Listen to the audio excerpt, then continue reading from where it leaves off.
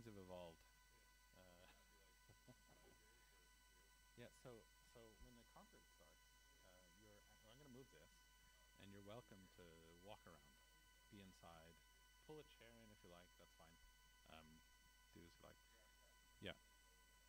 Okay. Yep. Um, but oh wow. Okay. But I'm wondering if we should actually just point them outwards a little bit. The speakers on the outside here. Whether they should, yeah. Do you need me to keep talking? Yeah. Okay. Just gonna say lots of random things then. Maybe I can do this test that I'm doing for everyone who seems to come in. Can you read that? Quite small, but yeah. Dang it. Okay. I mean, it's easy for us to read it. Yeah. So Can you read that? Yeah. Maybe it's. All right. Go put the headphones on again. But these. Maybe it's gonna be fine. These ones I'll probably read out loud. it's definitely easy for us. Some of them, yeah. Is this readable or okay? Yeah. Okay, great. Also, you were on the committee, right? Yeah, we haven't met. Nice to meet you finally. All right, just click something. Boom. So that's longer than it looks like you have a lot of extra. I mean, it is coming in very quick. Oh, you mean to pull? Yeah, but we didn't want to have it go across the floor. Dan. Oh yeah. Yeah. Yeah, that's true. Oh, cool. On the announcement that I made. Yeah, I'm gonna defer to Danny. He had set that up. Yeah.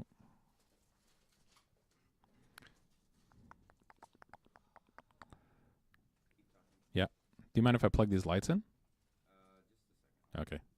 Okay. Scott? Yeah. Okay. Sorry.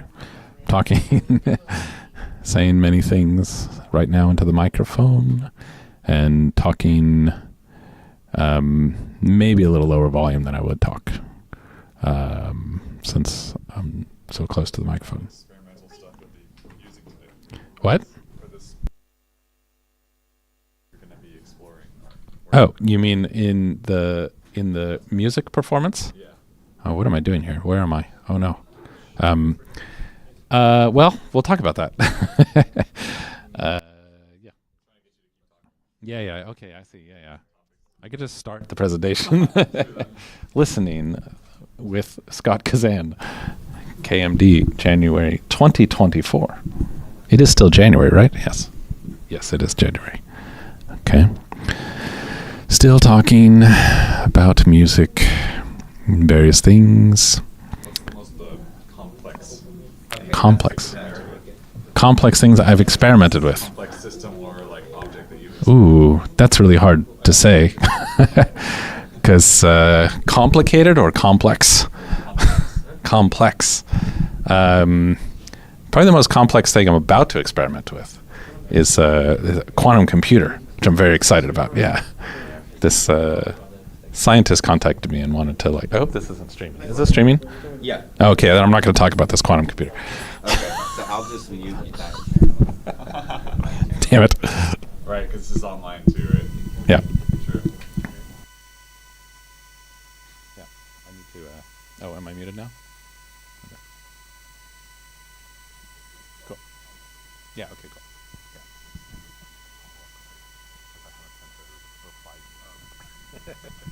Maybe she's watching.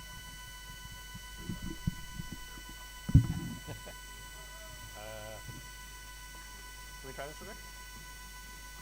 Yeah.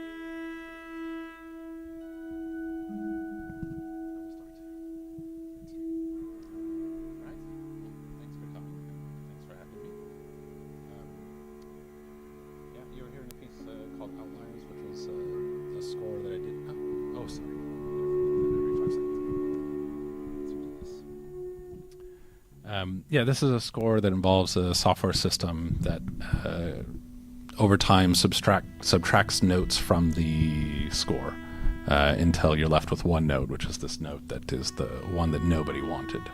And so I have a lot of scores like this, which we won't talk about, which is mostly why I'm playing it right now. Cool. So today I wanted to talk about listening and just have a quick rundown of some of my work and the ideas that have informed the work and where I'm at in terms of my thought process. And we'll look at a few other things as well. Tell a little about me. Is the audio all right? Yeah, okay, great. It's very bizarre to have my voice in this. Cool. So my name is Scott. You know that. I'm a composer, sound artist, and a programmer. I work a lot in creative technology. I'm often a curator as well. So I work a lot in arts admin also at home. I believe in this DIY aesthetic of making artwork happen locally. I've been working in the field of experimental music for quite some time, and as a composer and a performer. So I do a lot of electronic music performance as well, of my work as well as the work of others. My main instrument has always been the computer. I grew up programming computers, and this is what I did in the 90s. And so when I went to music school, they asked me to choose an instrument. I had to choose the piano at some point, but really, it's the computer. And I'm glad to say that these days that's a normal thing. Because I'm a programmer, I'm also heavily involved in media art in general. So I've worked a lot with visuals as well, and art and technology, but always with an emphasis on sound specifically. And I do that work, I do that kind of stuff for my own work, but also professionally. So I work for a lot of other companies as well. Cool. Some of you probably know this from the other intro I gave, but I wanted to point this out. I'm the co-editor of the Experimental Music Yearbook, which is a journal of experimental music that is going on for about 10 years. And it's kind of stopped now, but it's something that exists online forever, hopefully. So I invite you to check it out. I do this with Casey Anderson and John Hastings. And this is a repository of experimental music scores and recordings and documentation of experimental arts in general. Besides that, I just put a few other things on here. I've taught at a few institutions here and there, mostly on the intersection between art, design, and technology. Cool.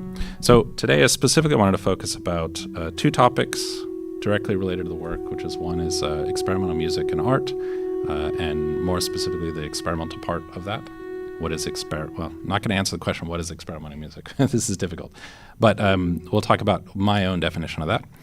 And then also talk a little bit about the act of listening, and act of listening as sort of a generative tool, right, as a creative act.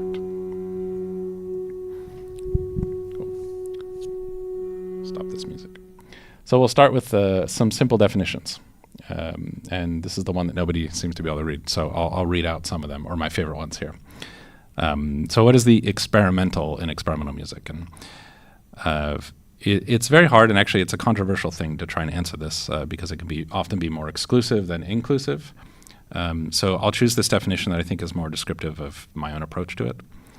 And that comes from Jenny Gottschalk, which is this first one, and I'll just read it out. It says, "This is music that is about the time and place in which it occurs. It is transparent to it, responsive to it, and frames it in a way that makes the familiar seem very special."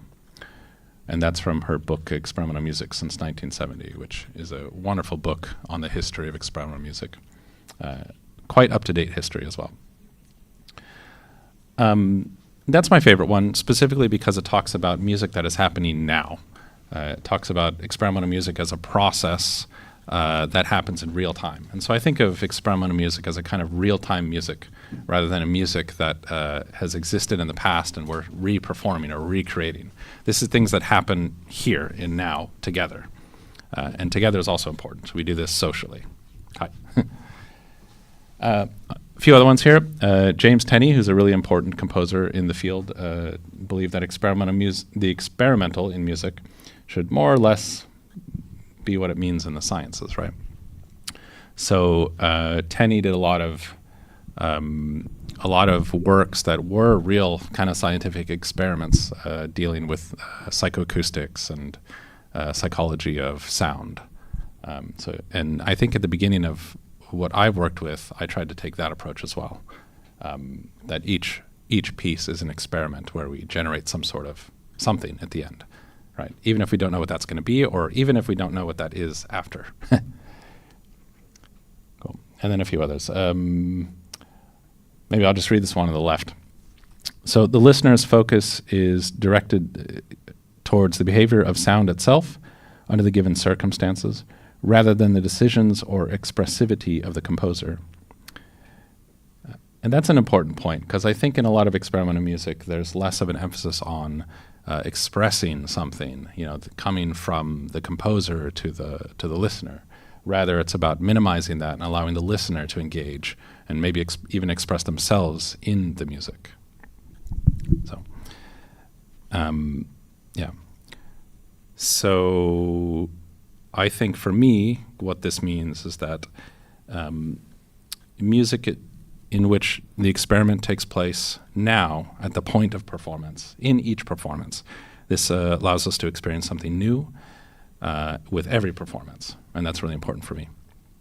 And then as a composer, we function more as listeners in this form, rather than, more so than a traditional composer.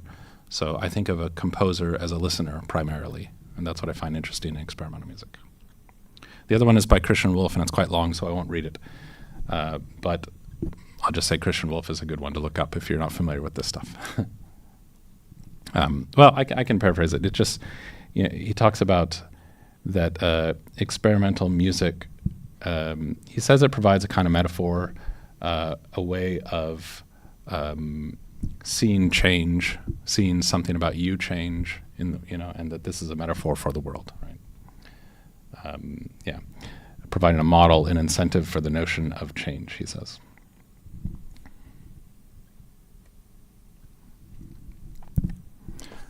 So, my own history, I found myself in this category of experimental after working to sort of increase the distance of myself from the output as much as possible. There's been a lot of concerts I did early on where I would write for ensembles, and ensembles would perform the music, and I would be, writing for 3 months, listening to this thing in my head over and over again.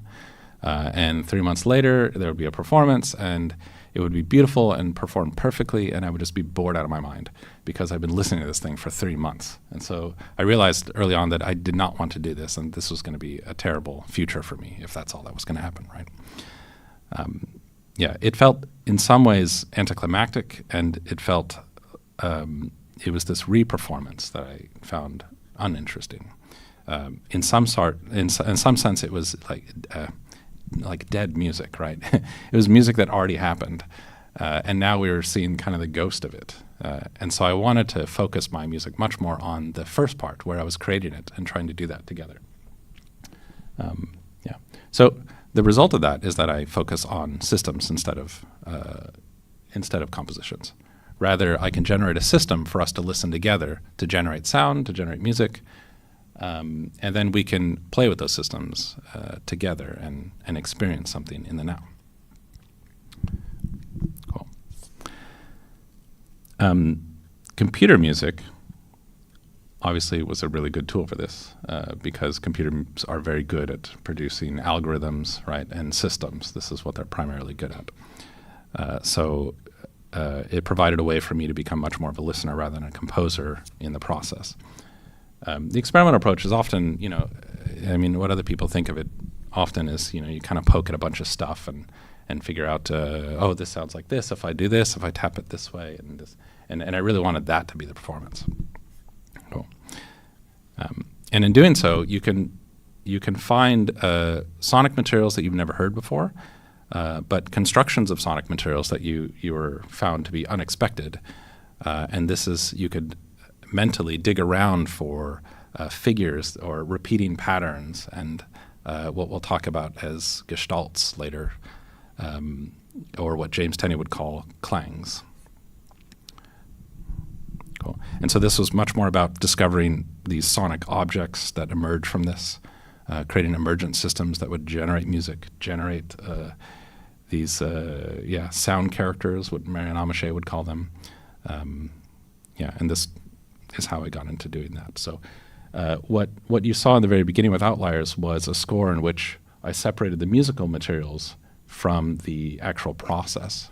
And what was missing from that score was the notes.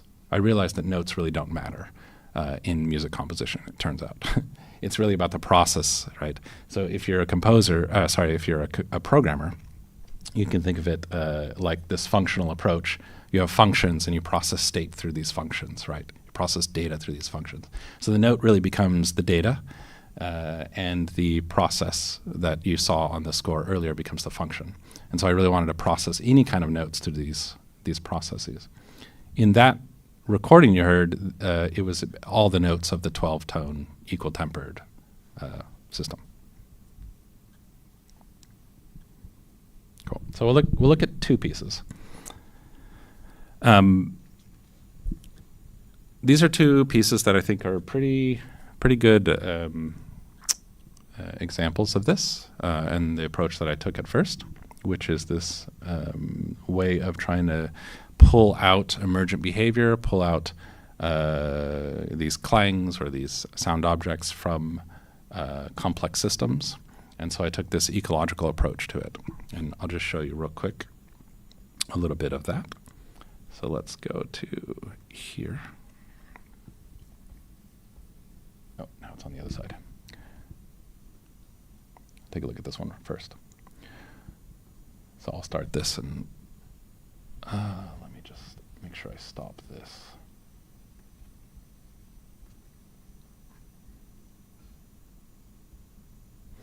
Okay, so I'll describe this as it plays.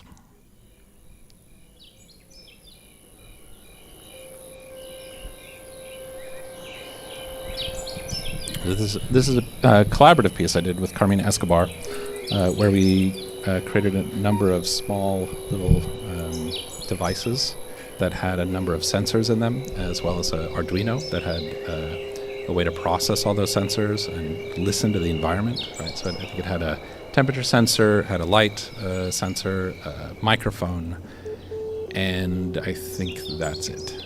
Yeah, I think that's it. It's been some time now. You can see how blurry it is, how long it's been.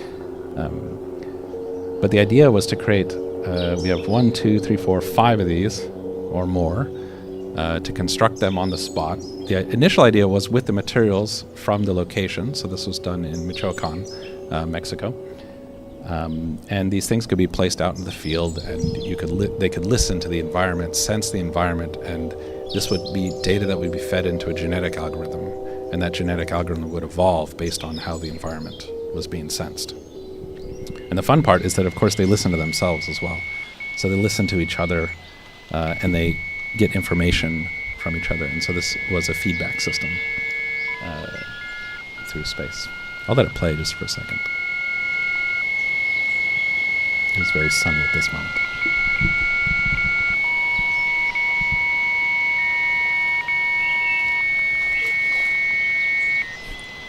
Excuse my bad soldering.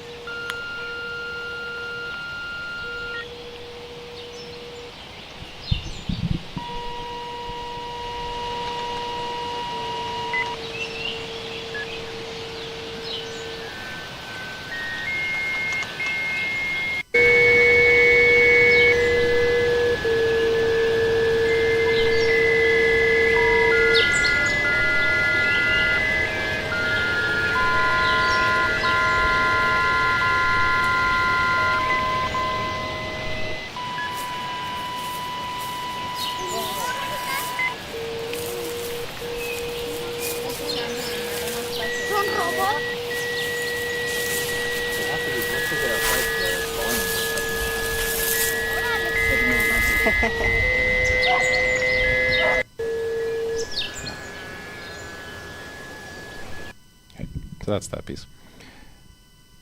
The idea in the end was to create field recordings. So I had a field recording practice of just going out and making recordings of spaces, and I thought this was a nice way to encode some of the data from the space that couldn't be heard in a field recording.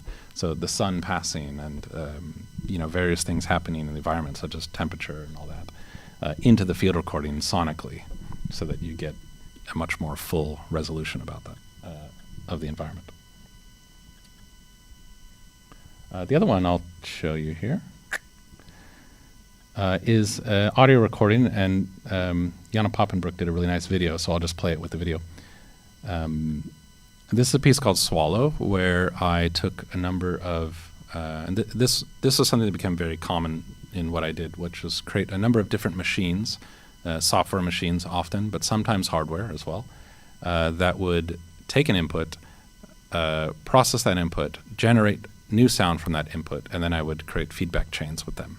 So they would start to listen to each other, and then I would probably interject myself in there somewhere. And that could be through, actually most commonly it was through a jack that I would put in my mouth. And then that would create a buzz, and then I could touch all kinds of things that were electronic and around me, and this would actually shift the harmonics of the piece. So I'll actually just kind of play this in the background. Maybe one other thing to know is that this is a live performance of it with probably about 4 or 5 machines, what I'm calling machines, feedback machines, and then also a string piece. So it's some people playing violin, cello, and all this by just lightly touching as they play and then slowly moving down, and that's it. Here's that.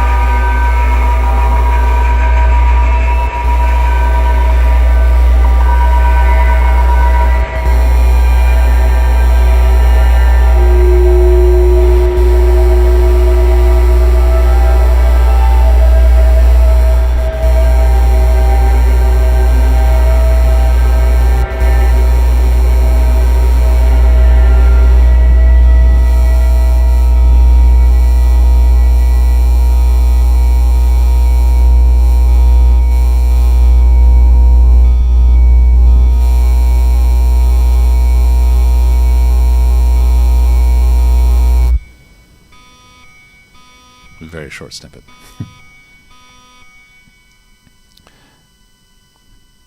Okay. So emergence and complexity. I wanted to put a few more quotes on here from people who talk about this. The most important one, well, actually I don't have a quote from him. It's from Christian Wolff again, but the most important person to know in this is David Tudor, who is very famous for being the pianist who premiered John Cage's 433, the infamous silent piece. But he had a really interesting practice as well. So he did a lot of electronic music. And I would say he's, in some sense, one of the fathers of noise music, because he, when you think of noise music and a lot of pedals on a table all feeding into each other, this is basically what David Tudor did just early on.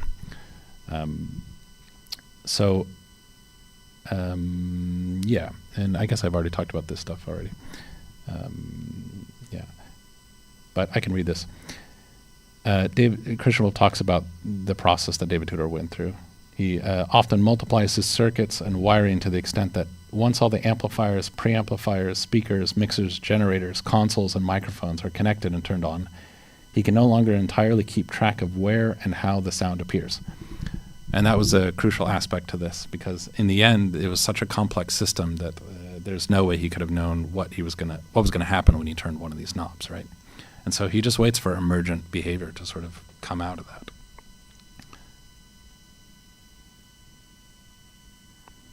Another really important group is the League of Automatic Composers.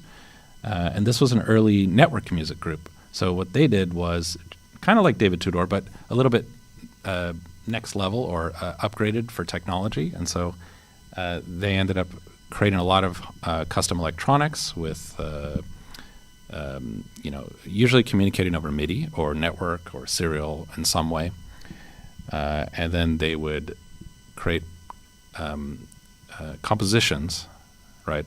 And we haven't talked about the circuit as the score yet, but create compositions or basically algorithms that would dictate what would happen when you feed data into the algorithm. And then each one of them would implement these compositions, right, on their own devices. And then they would turn them on and just have fun, right?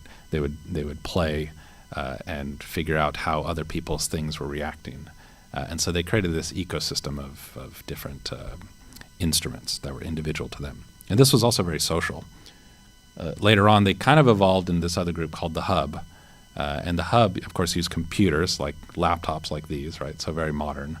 And they even had like a chat room that they would be on stage and they could like chat with each other. Oh, this sounds a little weird, or oh, I really like this strange thing happening.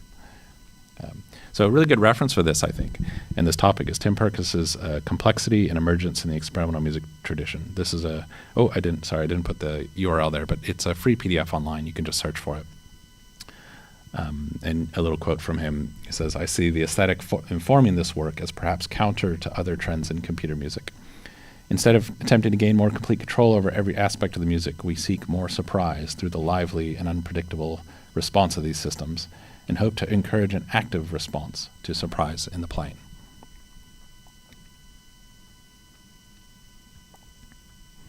And just kind of as a side note here, I think one of the key aesthetic outcomes that comes from this kind of approach, where you're acting more as a listener than a composer, is that you need to stop and listen for a bit, right, and find things. And this changes the way you compose. So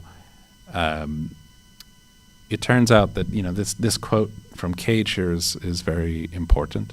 If something is boring after 2 minutes, try it for 4. If it's still boring, then 8, then 16, then 32. Eventually one discovers that it's not boring at all, right? And that's true, because if you just do nothing for 40 minutes, you're going to get really bored. And when you're bored, you try and find things to do. And that's exactly the situation that we want, right? We want people to stop, calm down, and find things, explore things in the composition, rather than be told what it is, right? Yeah. Stop telling them what to do. That's my answer to that. Okay, now we're going to take a bit of a leap here. So that was a lot of the early work. And then this ecology thing, I started to think, like, what is it? Okay, what is it that we're actually trying to discover in these ecosystems of sound? What is it that we're trying to find? And so I went down this path of trying to figure out what that means. What is it? What is a clang? What is a gestalt, right, in music? And so this took me into a few different books and a few different people who kind of explored this idea. For one, there's Tenney. He refers to clangs, James Tenney. I'm skipping here. So you can see that in Metahodos, this book. And this is a study of Gestalt psychology in relation to musical theory. Right? And so he has a number of really cool pieces that do this, that explore this idea. And when I think of, I'm wondering if people understand what I mean by Gestalt here, or like a musical Gestalt. Does anyone? No, okay. So I think a very easy example, very simple example could be like Beethoven's Fifth, right? You know this, dun dun dun dun, right? And then when you hear it again, dun dun dun dun, you know that this is the same thing, right? It's like a motif. And so when you hear that in different configurations, this becomes this kind of object. This becomes a pattern that you recognize. And so when you hear it evolving and you hear it changing, you still recognize it as that particular motive, which is like the worst motive ever, right? Da da da da. It's like the dumbest thing. But it works, right? It's simple, and you hear it so much, right, that it really points out that when you're working on music composition, it's more about the repetition and more about the pattern recognition than it is about the genius of the composer who made da da da da, right? Cool. Does that explain it a bit better? Yeah. Okay. Cool. Good. Okay. So the other important book for me was this Badiou book, Alain Badiou, Number and Numbers. And I've had this interest in math for a while, so this feels like a big leap suddenly, but actually I've really been interested in math, mostly because I'm really bad at math. I've always been very bad at math, so I've been kind of obsessed with learning math as a result. And Number and Numbers was a really interesting book that tries to define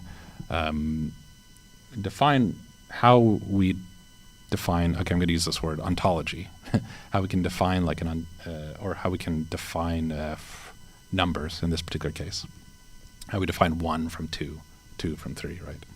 But to do it mathematically. And so he decided that he would define this all through set theory. And this book really takes you through a lot of different things. I have a small picture of the Dedekind cut here, which is a really interesting phenomenon, which comes down to, if you have the number 1 and you have the number 2, there's an infinite gap, right, between the number 1 and the number 2 mathematically, right? So you can never quite get there. And so it's actually a really bizarre thing that we can go from one thing to another thing. Or to know whether, I think of this like my hand and my arm. When does my hand become my arm, right? There's kind of an infinite gap. And we also know that it's like the Zeno's paradox of Achilles and the tortoise, right? If you're familiar with it, yeah. Cool. So I started going down this path and thinking about, okay, how can I really think about this and explore this musically? And so that prompted a number of different pieces. And I realized this was also really related to what James Tenney was talking about in a lot of his works, and specifically in a piece called Critical Band, which is a piece where there is it's an ensemble piece, right? And they're all playing a note that is almost the same note, and they slowly detune. So they hear one note, or you hear one note, and then as they slowly detune, you start to hear all these different effects, beating effects, like these kind of wah, wah, wah, wah kind of effects, right? And at some point, you hear 2 notes. And I think this gap was really interesting. Like, what is that gap, and how can I explore that, right? How can you go from 1 to 2, right? How can you become 2, right? It's fascinating. Yeah. So, a really good book. I highly recommend it. It's way too much to talk about in this short amount of time, but it gives a really good definition of ontology through that, and talks a lot about these kind of infinite gaps, and gives you a good perspective on that. The other book I discovered in relation to this is Bregman's Auditory Scene Analysis. Does anyone know this book? Oh, good, because it's great. It's really good, but it's thick, and it's for psychologists, not for artists like me. I think it's on the next one. Yeah, there it is, right. It's this book. And this book is really a book about how do we perceive patterns, how do we look at, or how do we hear something like a truck and a dog, and how can we differentiate the dog from the truck, right? This turns out to actually be kind of difficult, or kind of confusing because our ears basically receive, I want to say two-dimensional data, right? It receives amplitude and time, but there's more to that. Of course, there's like spatial data that happens, but basically air pressure is just compressing and decompressing. It can be air pressure, or it could be like mechanical vibration or whatever, but it just compresses and decompresses over time, hits your eardrum. Your eardrum kind of does this, right? So that's where I'm getting the two-dimensional data. Then it pushes around some bones inside of your skull and eventually hits some nerve endings. And then after that, it's kind of a mystery, right? What happens after that is we do all kinds of pattern analysis, really sophisticated pattern analysis to figure out, okay, that's a dog, right? And in music, this is interesting because we have harmonic relationships, we have mathematical relationships, such as if you have, I shouldn't get into it too much, but if you have a note such as a 220 hertz note, and you hear a 440 hertz note on top of that, maybe a little quieter, you perceive this as a single note, even though there's two frequencies happening at once, right? If you take it up to let's say 450 or 460, you actually, you expand it a little bit. Suddenly your brain is not understanding the direct two times mathematical relationship, right, between the two sounds. And so it doesn't see them as a single note. It might see them as two notes. I haven't tested with 450, 460, but it might be more. So if you say like 500, definitely. Right. So this is super interesting. And Bregman talks about this as stream segregation and continuation. Right? How do we segregate things in a stream? And if anyone's in the visual arts, I'm sure you've worked with scene analysis of some sort. Has anyone kind of done that here? No? No? A little bit? Okay, cool, yeah. You should. It's a fascinating field, right? How do we perceive like three-dimensional data, or how do we separate the background from the foreground, right? And that's what this book talks about. And it's also a book about phenomenology, right? So from this, it's a very scientific book, and phenomenology is much more philosophical, but it really is about like how do we perceive, how do we take in these things, and how do we produce really a perception of the dog and the truck, right? And why a dog and why a truck, right? And this is based in experience, basically. So this pushed me further to invite the listener to really get into this stuff, right? And to listen deeper and explore on their own terms, you know. When we receive this data, it's up to you to actually do the stream segregation, right? And figure out like, how do I separate this? And probably what you'll hear today is a lot of kind of noise stuff, like a wall of just stuff, right? And how are you picking out things, and how are you separating things, right? If anyone's into like minimalism, even something like Philip Glass, you know, where you have a repeated figure over and over and over again, you can listen to the same repeated figure for like an hour, and you'll just hear drastically different things over the course of that hour. And I think that's really fascinating. So I produced at least 2 albums around this idea. The most recent of which is one called 3, which we can listen to just for a little bit. And the idea is really to set up parameters for a listener to engage that's not prescriptive of how one should engage with the music. We'll start with Ingress. So Ingress, let's just put it on in the background. As soon as I find it, there it is. Oh, it's here.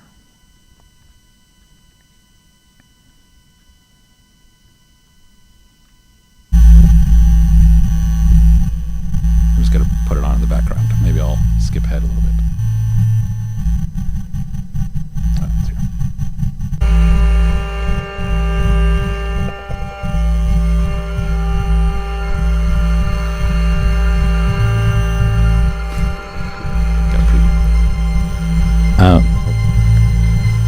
Okay.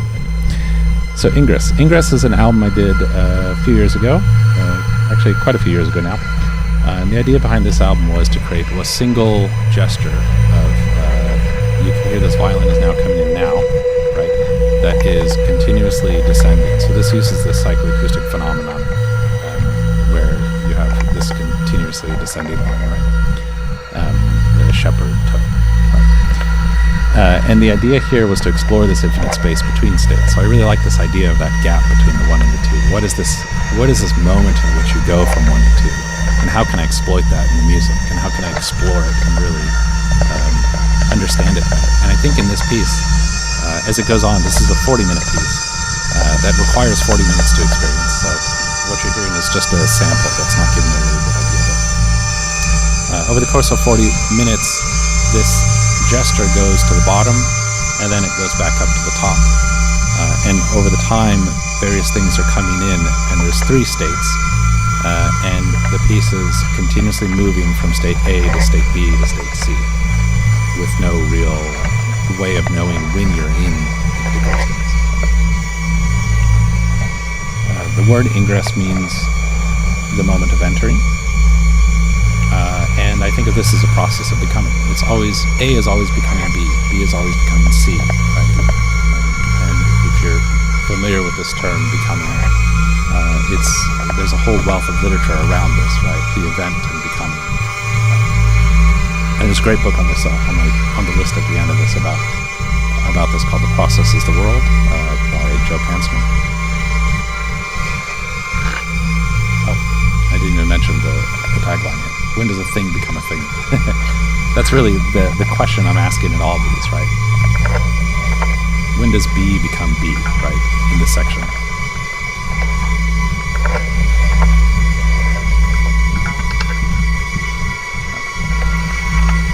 So we've been talking about this a lot already, psychoacoustics,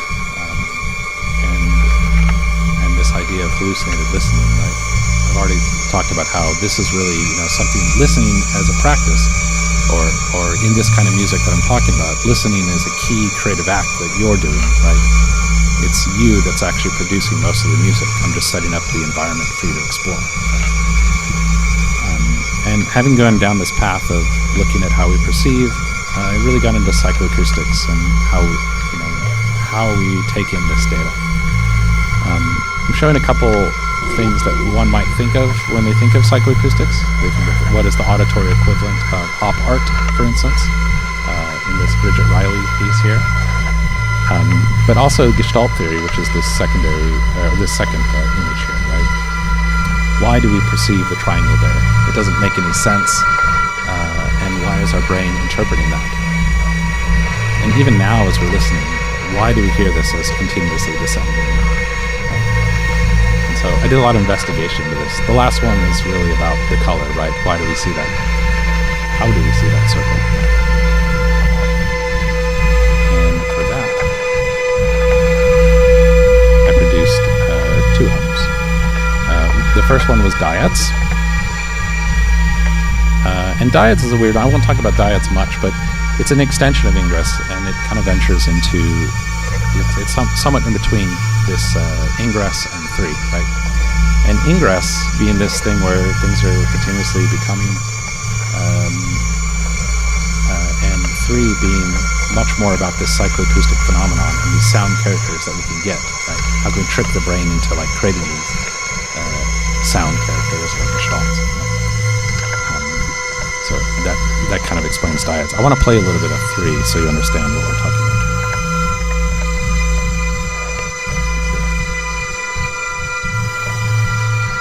about. Stop that.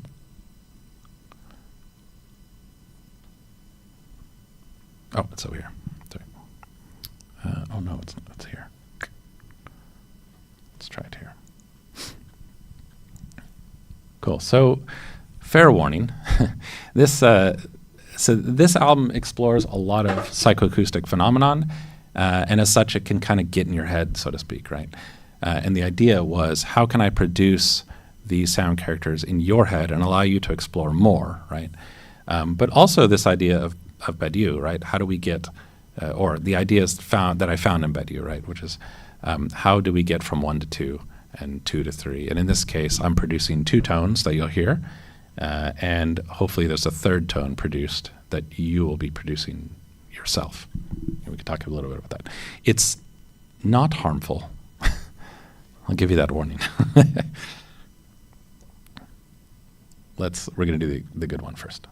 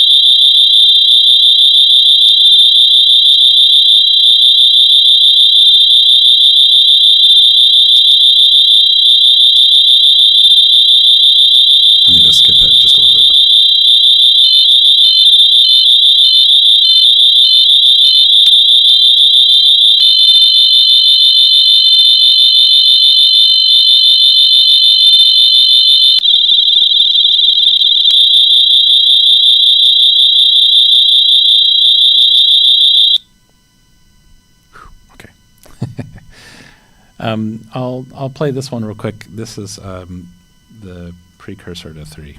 This one's a bit more clear as well.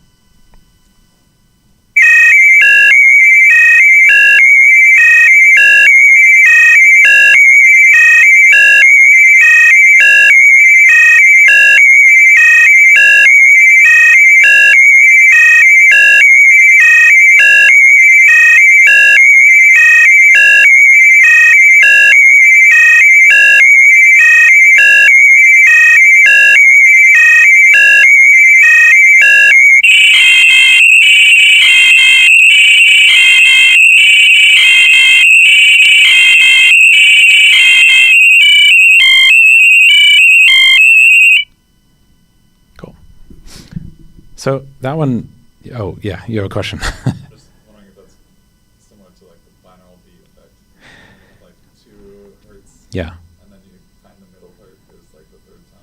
Absolutely, yeah. So this it's the same math, right, with combination and difference tones, right? So we put two tones together. If you hit 200 hertz and 300 hertz together, you're going to get the difference between the two, which is 100 hertz, right?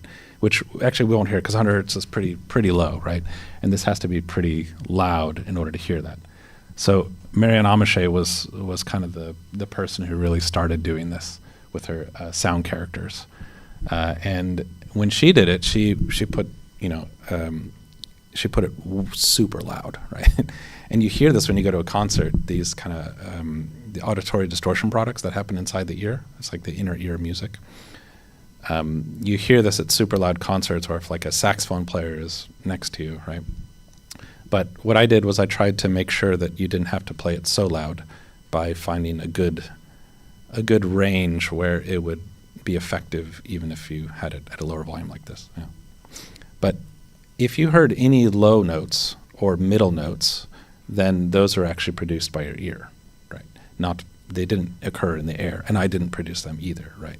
So if you heard a tone that was doo-doo, doo, doo-doo, doo, right? This is something that doesn't exist, and instead is produced in your ear, right? So that's kind of the fun thing there. And if you move your head around, you can actually modulate those tones as well. I put this quote, this is actually my quote. There's a writing that goes with this that talks about all this stuff. And I saw this as kind of the culmination of the 3 things I talked about before, this kind of emergence, complexity, becoming, and also this psychoacoustic perception and setting up basically a field for listeners to engage with. Yeah, and in this case, that's reinforced through repetition, right? So I just repeat it, and hopefully you actually hear it eventually. Did it make sense when I said doo-doo, doo? Yeah, right? Okay, cool. So you all heard that. So that's kind of the gestalt I'm talking about. Yeah. Cool. I can show that later. Okay, so kind of getting to the end here, but all of this is to say that listening is a generative act, right? Listening is something that we do actively, and in music, I think, especially experimental music, we have the opportunity to open up and say, here is a system, or here's an open field for you to engage with, right? And be an active listener and produce things. This book is a fairly recent book. I should have put the date on there, but it's called The Order of Sounds, A Sonorous Archipelago by Francois J. Bonnet, who's also the head of GRM in Paris. And it's a really nice book, and I got a few quotes in here that kind of get at what I'm getting at. He talks about hallucination or hallucinated listening.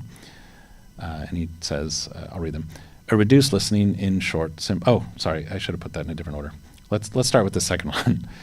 When audition suffers the turbulence of desiring intentions, it becomes liable to produce the very object of listening. And so in this book, he talks a lot about how Pierre Schaeffer had this idea of this sound object, or this object sonore, the pure sound object, right? In the sort of beginnings of musique concrète, what he really wanted to do was say, here's the sound of a train, you should try and hear it not as a train, but rather as a pure sonic object. And that's a sort of reduced listening. Can you take a sound and pull it all the way down into its like pure form, right?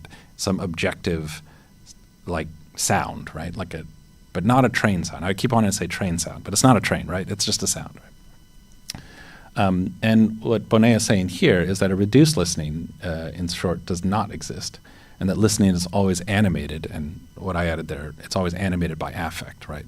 So when we listen, we're always listening through desire, and we're always listening through our own experiences and our own wants. What we want to hear is really important to how we hear sounds. So there is no pure object. There's no way to hear that, right? When we hear a train, we hear a train, right? And in that sense, people hear different things, and they produce this object in their head, right? I just thought this was interesting. This electroacoustic reproduction of sound does not reproduce it. It represents it by producing sound from its imprint. And this is also interesting from the point of view of recording or performing electronic music, which is that when we create this, we don't show you the music that we recorded. Rather, we represent the situation for you to do an active listening again and maybe find something new. And I'm sure a lot of you have done that, where you listen to an old album and find different things, or you listen on different like hi-fi headphones or something like this, right? No. So Pierre Schaeffer was wrong, which is nice. It's impossible to get to that. And I think this book really gets down to this idea of like, what is sound and what is it to listen, and what is it to hear sound, right? So this is kind of my conclusion here. The act of listening is a creative one, and it is one which is primarily the listener who receives sound and acts on it, and we are able to shape it into a perception and some sort of object that we relate to our own desires and our own feelings about, or our own experience about, and experience with that sound. And some classic examples might be, for instance, thunderstorm and wind, which you could hear as, actually we were talking about it just earlier, which could be a very cozy feeling, or it could be a very ominous feeling, right? And we hear different things based on our own angle towards it, right? And so my question now in the future works is, how do we support and nurture this creative act of listening in the works we produce? And also, how do we open it up to allow for that to happen? And this feeds into more than just my experimental music work. It also feeds into my professional work. How do we create sound situations in which we can allow people to engage with their listening, right, and explore, rather than simply telling them what they should feel? I put this up here in case you want to take a picture. This is a reading list. I think every lecture and talk should come with a reading list. And these are just some books related to this and things that I found interesting. It's a very small list of many other things, but in particular, these are mostly the ones that were mentioned during this talk. I didn't mention Pauline Oliveros, but I think it's worth checking out Deep Listening. This is a really important person in this conversation. Great. Cool. So that's the end of the talk. Thank you for listening, and I hope it was interesting.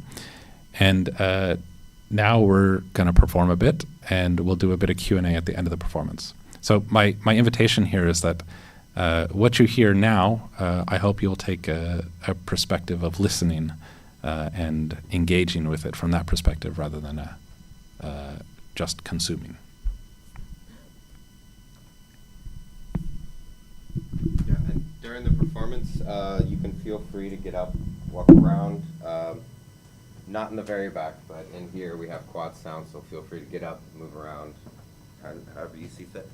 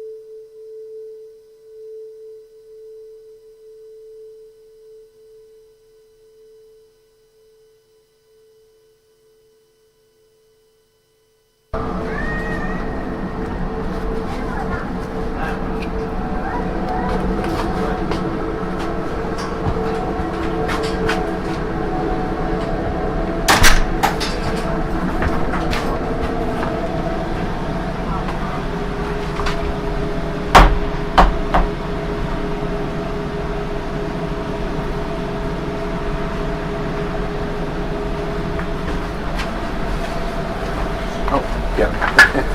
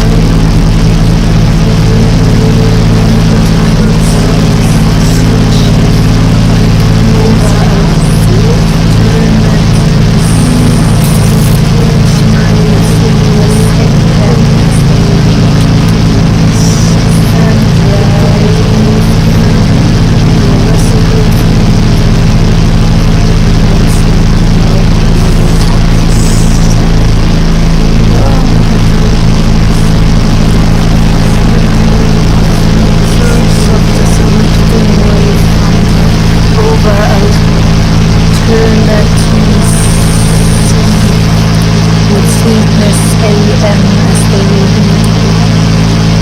Then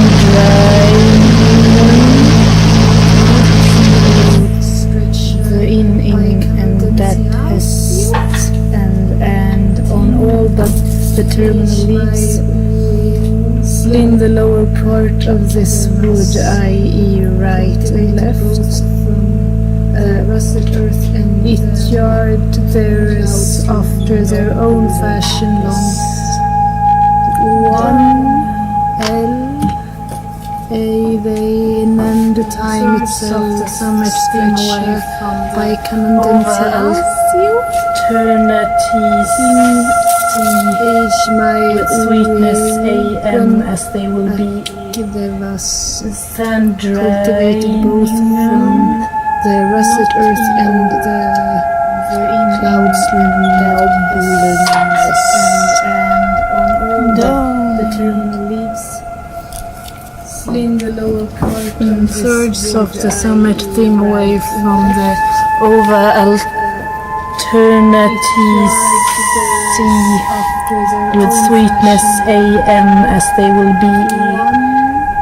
Sandriningen not EO the in and that has and on all but the terminal leaves. In the lower part of this wood, i.e. right and left, rusted earth and each yard there is after their own fashion long. 1 L they and the time itself the summit stretch away by commandant eternities age my with sweetness AM as they will be. There was cultivated both from the rusted earth and the clouds nobleness and on all the terminal leaves. In the lower part surges of the summit thin away from the over alternities sea with sweetness AM as they will be. Sandriningen not EO the in and that has and age my open there was cultivated both from the rusted earth and the clouds nobleness.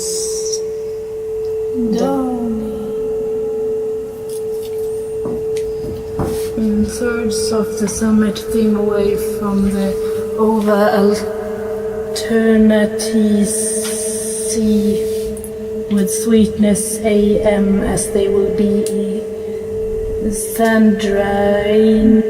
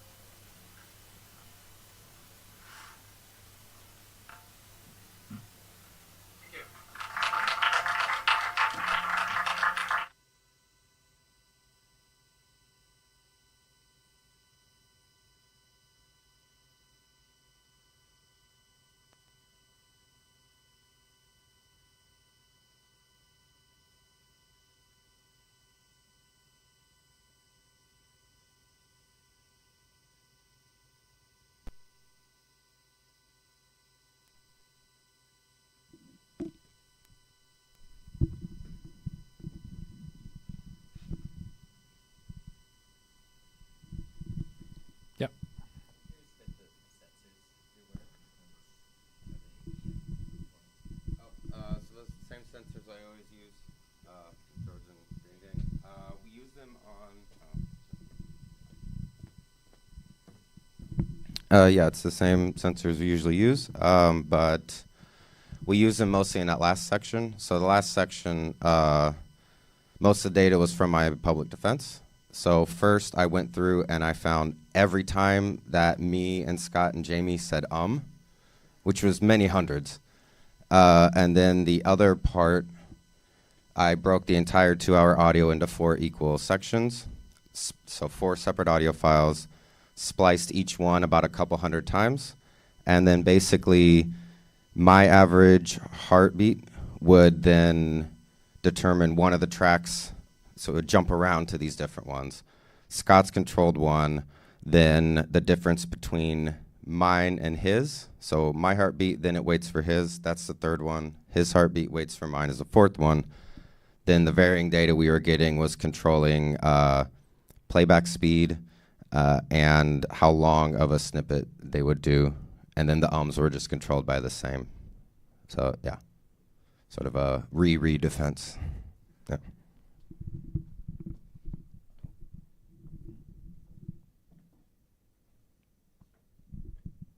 Any others?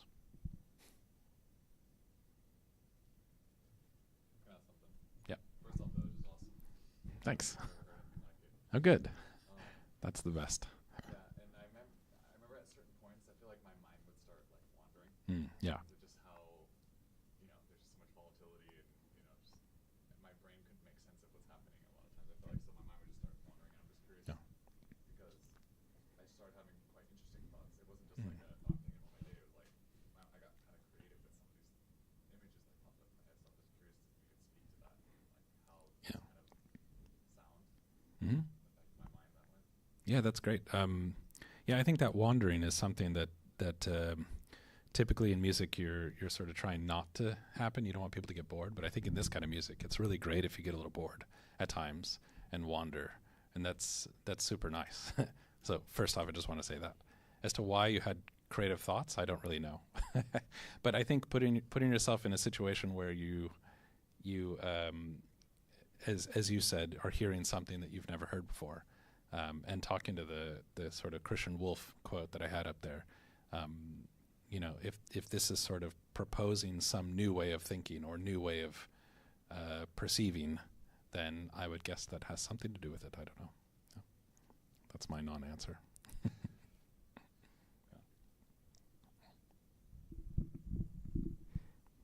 Anyone else got thoughts? No? Oh, two. Yes, you're in the beginning talking also about trying to become a bit of the listener. So I'm wondering, what did you think of the performance? Wait, trying to be Like, also a listener. yeah, like, Yeah. well, like proposing, also becoming the listener. So I was wondering, what did you think of the performance? Yeah, I liked it. I thought it was good. And I really like that I can say that because I think as a listener, I'm less attached to the results. The results are less about, what I produce or what you produce, right? It's more about what we sort of collectively listen to and produce. So I think this whole process is a listening process for me where any decision I'm making is about listening. I mean, this is a typical improv thing, right? Where I'm listening to this kind of field of sound and wondering, like, what does it need now? Or what would be a nice moment to occur, or when do I get bored and when do I decide to do this thing, right? Or just thunk this or something like that. So I guess one answer to that question would be that the performance itself is kind of my answer to that. Because as I'm responding to things, it's you can see when I'm starting to think, yeah, we need something now. Now something needs to change. Yeah. So. Yeah, I guess the relationship also really changes because you work together, right? Yeah. So Yeah, exactly. it's out of your hands in a way. Yeah, exactly. Very much so. We talked about how many we did, like 2 rehearsals. Yeah, 2 rehearsals of this. They were quite different. This one was absolutely totally different, I think. So this is something I haven't heard before either. So that was very exciting. I like that. That's the best outcome, I think. Yeah, I hadn't heard the ums in this way either. Yeah. That was good. Yeah, so I enjoyed it. No. Oh, did you have a question? I'm trying to phone you later so that you can. Okay, yeah. Oh, okay.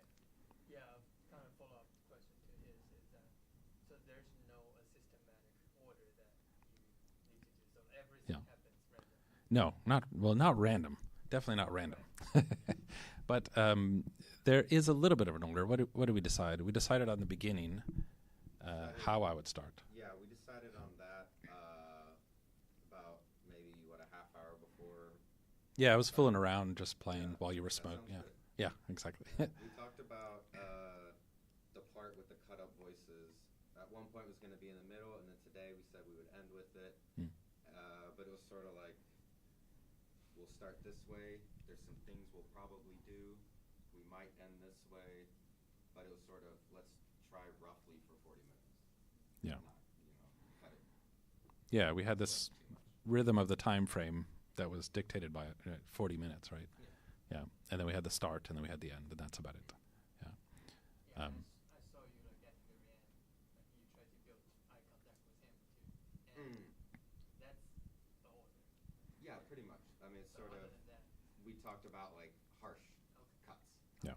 Because a lot of times, even with my work, I do tend to sort of fade in and fade out. We talk, let's just have very messy, like, done off kind of moments. yeah, I noticed that. Yeah. It's also interesting that we don't really know necessarily who's producing what. It's hard to tell, especially when we both have synths. Some of this stuff is quite easy because it's directly related to my hand. But when you had cut, I had already cut. So it was there's also these mistakes that happen that are quite nice. And I think on this thing, there's lots of like things that I accidentally hit and stuff like that that sort of become part of it, which I like as well. Yeah. Maybe that's the random part. Yeah. Did you formulate it? I have two actually, but the first one is how much of kind of the spatial setup is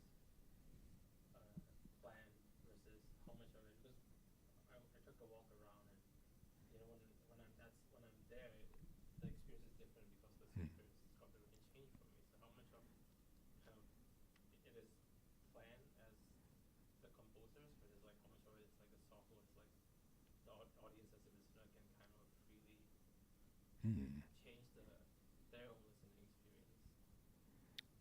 So is the question, how much do we plan the spatial aspects of it? Yeah. Maybe that's a question for you more, since you had sort of put that together. Yeah, maybe So at first it was going to be Scott's main output would be there, and I'd be there. And then today we decided Scott would be in the back and I would be in the front. And that was it. But then, yeah. Yeah. I think the use of the sine tones from this thing here, part of it is that it resonates in the room in a very specific way, and that the speakers produce those tones in a very specific way in this space. So I think as you move around, there's always this inherent spatialization of those tones, those pure tones. And I think that's intentional. So probably as you go closer to there, you might get to like a pocket of low frequency. And as you move over there towards the middle or something, you'll get more of the high frequency. Yeah. Yeah. It's there's this composer Max Newhouse who works a lot with that, which was really interesting. Sonic architecture of sorts. But if you might have noticed, like I also did this sometimes because I couldn't hear myself, and I realized like, oh, if I just turn my head, I'm actually like really loud, or so there's a lot of spatialization, I think, just from the room itself. Did you want to say one more thing, or okay? Did you have a second one? Yeah. I guess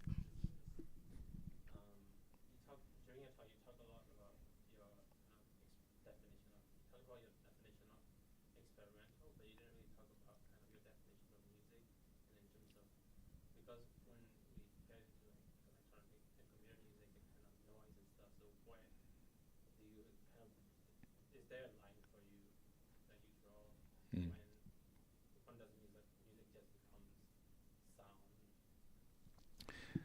Yeah, that's almost like talking about like the Pierre Schaeffer thing, right? Like when is it kind of musical sound and when is it like pure sound? Just, because of course, there are many artists these days working with like recordings of music, but that recording of music becomes actually the sound of a record player in someone's home instead, right? So this crosses that boundary between like, is it music or is it this kind of diegetic sound, right? For me, I mean, I don't call this music anymore. I don't bother, because I think a lot of a lot of the associations with music are around how, or there's a lot of expectations around what music is. Is it pleasing? Is it pleasurable? Is it structured in a specific way? So I don't have a good answer to this question, but I would say it's a very blurry line as to where that line is. And it's nice because you can really play with that, like we were talking about, like with Ingress. This in-between state I think is really fascinating. And I could think of like Graham Lampkin as a person who really works with that a lot, where he plays old recordings of operas in the background while you hear someone making dinner or something like this. So, yeah, I guess I propose the question back to you. Where do you define it, and where does it become music for you? I think that's totally up to you. You had a question? No, you already asked the question. Okay. Anyone else? Yeah. Yeah, thank you for interesting lecture and performance. Yeah. So, yeah, I really enjoyed the performance. Maybe because my ear was already in like generative mode. Oh, good, after good. your talk. Yeah, that's the idea. I really enjoyed it, and Thank you. I got certain experience that I can kind of comprehend. Oh, so, wonderful. So my question is about your like expertise as an artist. Mm-hmm. And so when I see the terminology experimental music, something that comes into my mind automatically is people like Janis Xenakis or this kind of like very much conceptual art-oriented people. Yeah. Those works where I enjoy by reading rather than listening to them. Yeah, right. So Yeah. that's something unavoidable because when you do something experimental, you probably need to kind of invent a new kind of literacy and install that into the audience, so that you can kind of allow the audience to really comprehend and appreciate your music.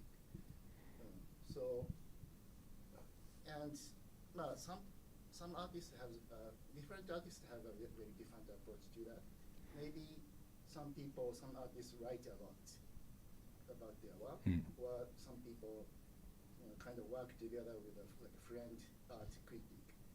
Yeah, right. That helps. So, and today, what you did was like a package, like a lecture and performance. So I really enjoyed. But when you do your performance outside, more like an art field or the community, what is your approach to kind of installing that new kind of literacy to really allow people to understand the essence of your work? That's a super hard question because there's many ways to deal with it. Well, I mean, the most easy is of course context of the performance. So if you're performing at the the local noise venue, there's already this expectation, and I think that's usually what happens. I think other ways of approaching that are, like I said, not calling it music. That's been my primary one lately, is just to say, look, this is a bunch of sound. This is sound art. We're going to do some experiments. And you're going to hear some results of things, right? So that expectation of music gets removed. But it's really difficult. I think we don't deal with it well enough because at many concerts you'll get people who expect one thing and they walk out and they're very pissed off because they were like, what the heck was that? That wasn't musical at all. So usually it's dealt with just in the context of the performance, I think. And maybe in some way in the sort of extremeness of certain aspects of it. So I think it's really important the way you start a piece to set that expectation. So today I started with just the sine tones, something slow, soft, non-eventful. And I think that is really important to set the expectation for, look, this is going to be slow. You better get settled in. And it's not going to be musical at all. So I don't have a good answer for that question, honestly. And I don't know how to address it, but I don't know if we need to either. I don't know if it matters whether, there's like a large audience for it or anything like that. But I think it's more about, in the end, the context of the performance, which is to say the community that's generated around experimental music and noise music and kind of DIY music, yeah. I think your work is more oriented to like sensory experience. Yeah. Just as you mentioned, Yeah. psychoacoustics. Yeah. Yeah, I agree. Yeah, and I think of it that more. It should be or think of it that way more. It should be like something that you can experience and maybe take something away from. Hopefully you get some good thoughts in the end if your mind wanders. Less about this kind of conceptual idea, or some other conceptual idea. Yeah. So, I don't know if that answers your question, but maybe to some extent. Yeah, it's a struggle. And it's a conversation as to whether it matters so much, I think in music there's a lot of attempt to gain a larger audience or to make audiences understand. But if you're going to a concert expecting to see, some really nice music that you're going to have a lot of like emotional attachment to, then this is really not where you should be. If you're looking for an experience, really experience something new or be a part of that experiment, then this is a good place to hang out, So, yeah. Yeah. Sorry to jump in again, because kind of jumping off of your comment. I feel like this was very much like a bottom-up approach to the kind of the emotions that I was feeling, because I felt like there's a lot of emotional induction, I guess. I felt like quite tense sometimes, or just sometimes I felt quite peaceful. And it made me think of the only other time I've had this kind of experience was when I went to one of Ivala-san's performances, which was also very evocative, but also I didn't consider it like music. It felt like a very like sound, like sensory experience. I'm just curious if you've been to one of his performances and how you would maybe compare this to his performances or his style to this style. Maybe you've been to one of the performances, yeah. I have not, yeah. So I don't know. Yeah, I mean, I think it was definitely quite some differences, but I think like when I saw his thing, what stuck out to me is almost like the physicality of the sound that he was doing. Of course, there's like visuals that go along with it, so it's kind of multi-sensory, but I think sort of Ivala in some slight way comes from kind of the same school of thought as Roji Ikeda, which is very like physical sound, and they're very different from one another, very much so. But I think with Ivala's one of the things that makes it so strong is the fact that he's combining these many things together, and they work very eloquently together. Like it's not sort of visuals or just responding to sound or something like that. Like everything feels very intentionally crafted and placed with one another, and then it does create kind of more of this like not a physically oppressive, but very like sort of like physical. I don't know how else to explain it. It's just very physical. I guess what we were trying to do is maybe less physical and more just kind of psychological. Just kind of create something that people can explore however they see fit. It doesn't matter how you explore it. Everyone's going to do it differently anyway. So like something that doesn't have there's a direction to it, but it's sort of not an explicit direction. Sort of we're going somewhere, and all of you are going somewhere, and there's a very good chance we're not all going to the same place, and that's fine. Yeah, it's nice you talk about emotion, because emotion is so often tied to music, and I think in some ways we remove emotion from the equation, which allows you to kind of experience your own emotions, which is really nice. Yeah, and some people might have felt it as very like, nice and pleasant and like a massage. And some people might have gone to dark places, right? Yeah. That's kind of what something Chihiro told me a little while back that sort of stuck with me, was sort of like not talking about trying to have the music be some kind of emotion, but just some kind of event, some kind of statement, but not a direct statement. And then that does kind of allow you to like, because I don't know if there's any music that everyone in this room could agree on. It's good. I don't know. But Except this music. yeah, except this, obviously. But yeah, it's sort of I think, and that's something I love about Ivala's music is I'm sure it's very emotional and sincere to him, but I don't know what it is to him, and that's great because then I can just kind of float around in it and experience it, however I experience it. Yeah, I definitely felt the concept of emergence with this. of what it should feel like. Mm. If I convey it to you, it's like that's all coming up from somewhere. Yeah. Thank you. Great. Yeah. Thank you. Still got some time. People have any questions or Yeah. chat about stuff. Yeah, sure. Or if you don't, it's fine. Do you have questions for the audience? Oh, did you enjoy it? Okay, good.